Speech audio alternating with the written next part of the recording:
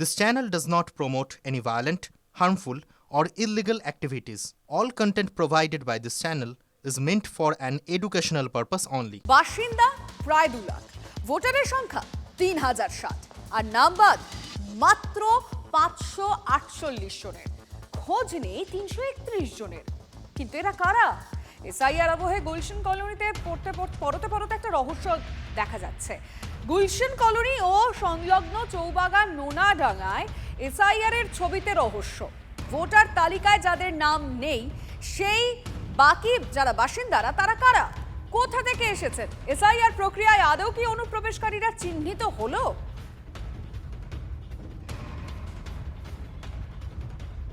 SIR প্রক্রিয়া সম্পাদন হয়েছে, কিন্তু দেখা গেল মাত্র 3060 জন ভোটার রয়েছে এই গুলশান কলোনির 3টি পার্টে, আর তাতে বাদ গিয়েছে মাত্র 548 জনের নাম।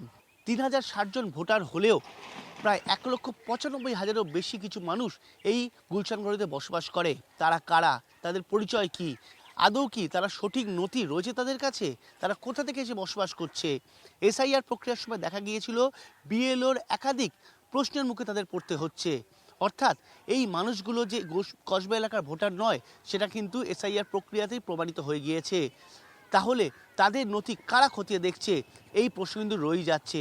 যদিও জোড়াফুল শিবিরের তরফে দাবি করা হয়েছে এই গুলশান কলোনিতে বাংলাদেশি অনুপ্রবেশকারী রয়েছে, রোহিঙ্গা রয়েছে, এই বিষয়ে বারবার বিজেপি তরফে সরব হলেও আদৌ যেখানে বাংলাদেশি বা রোহিঙ্গা কেউ নেই, সেটা কিন্তু নির্বাচন কমিশনের তথ্যেই প্রমাণিত হয়ে গেল।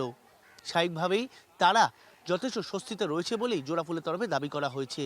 কিন্তু আদৌ কি স্বস্তি থাকছে নির্বাচন কমিশনের? আদৌ কি সঠিক নথি পেশ হলো? এই প্রশ্ন কিন্তু রয়েই যাচ্ছে।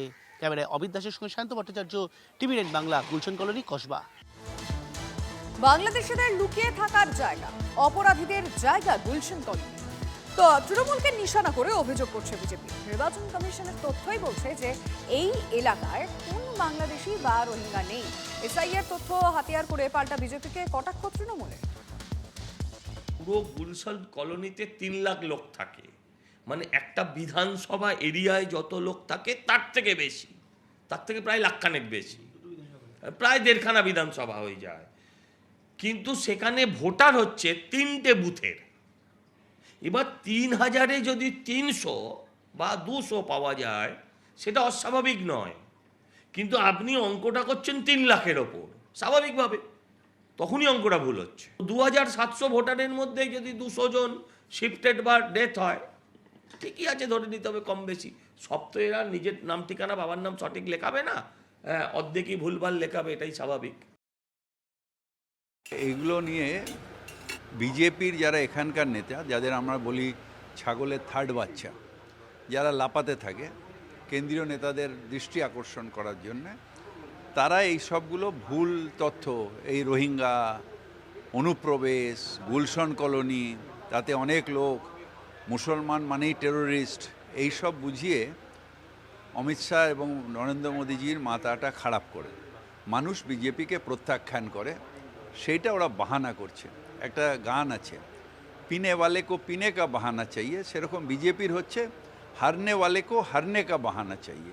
যোগেশচন্দ্র কলেজের অধ্যক্ষকে ঘিরে টিএমসিপির বিক্ষোভ। কলেজে অনুষ্ঠান করা নিয়ে অশান্তি। অধ্যক্ষ পঙ্কজ রায়ের সঙ্গে টিএমসিপির সদস্যদের বচসা। কলেজে বহিরাগতদের দাপাদাপির প্রতিবাদ করায় হেনস্থার পাল্টা অভিযোগ অধ্যক্ষের।